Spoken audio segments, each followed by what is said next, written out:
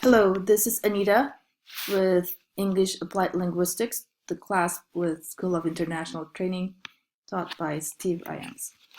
Today I'm talking about passive sentences and difficulties for EFL learners, specifically Korean speakers. In this cartoon, we have a customer who just wants a plain coffee, and the barista is befuddled and asks, "This customer wants a coffee. Do we serve it?" So I feel like that customer who wants just a plain coffee when I opened up and started reading about passive sentences and read. So I concluded that Cohen's book, The Teacher's Grammar of English, is a grammarista's book.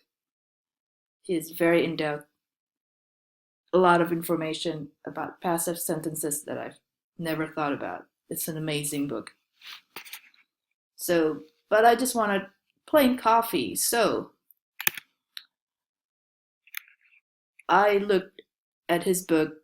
He covers things like sentence construction principles, like give a new contract, and wait principle. Talks about stative verbs, multi-word verbs, dative verbs, just how these are all elements of passive sentences. So I just want plain coffee. So I grabbed the Bland book.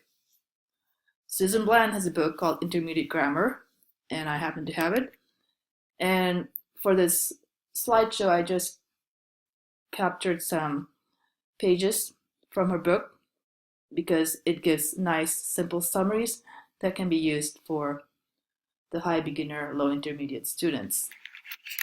For example, she has an overview of the form and covers the different tenses that passive is used for, ranging from simple present to also modal uses.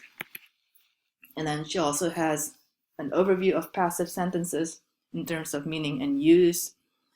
When do you use it? For example, with scientific articles, news reports. In fact, news reports and news articles usually use about 15 to 20% of their writing is in passive form. Okay, and then continuing on with Bland's pages, she goes some more about uses. And then she also has a summary of form, meaning, and use. And this page I like because she talks some more about the different ways it's used, like in announcements and signs, and just other examples here, as she shows here in the second half of this page. Okay, so let's talk about the second part of this presentation, the problems that our EFL learners have. So, some background. Other languages have grammatical structure similar to English passive structure, but differ in use and constraints. Other languages do not use passive much, but English uses it more than other languages. So for the student who has an L1 that has passive form similar to English, these students easily learn subject-object switching. For example, switching a sentence like, the dog ate the cat, so easily switch to the cat was eaten by the dog. An example of the subject-object switching. Okay, so some problems that EFL learners have is knowing when to use passive voice, knowing if a certain verb can be used in passive, knowing the differences in L1 constraints, and English constraints on passivization. So let's look at Korean and passives in Korean.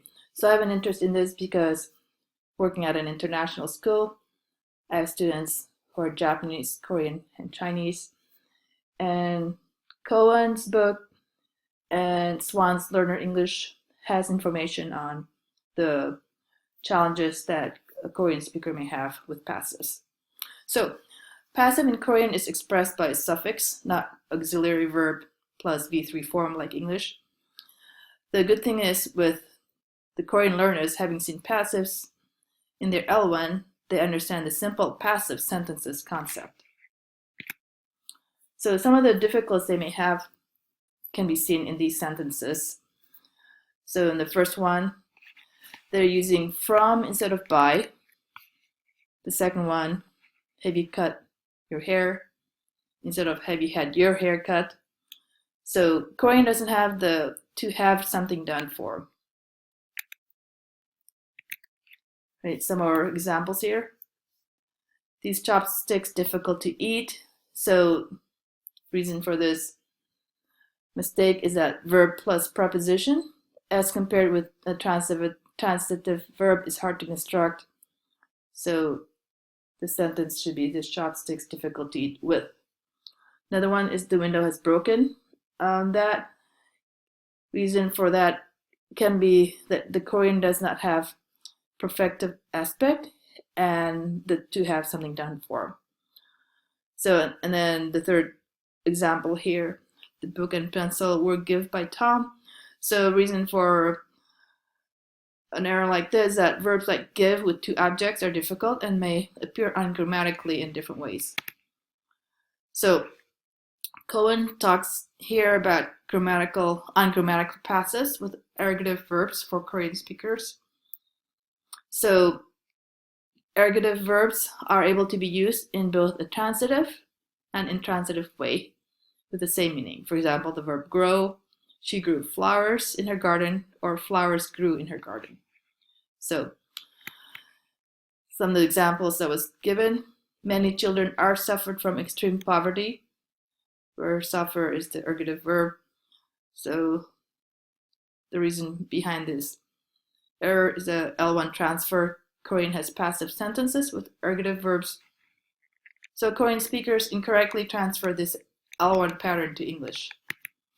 Some are sentences.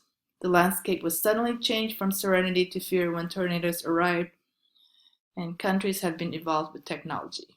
So now, in Cohen's book, he gave similar sentences, and he noted that these were sentences written by advanced English learners, people who are in advanced classes. They're graduate students specifically. So here what's happening is that Korean constructs the passive by adding morphemes. So the Korean speakers follow a similar pattern of adding and using B plus V3 when only the verb is needed. So in conclusion, we hope that our student is able to use passive as well as this boy. Here are the references I used.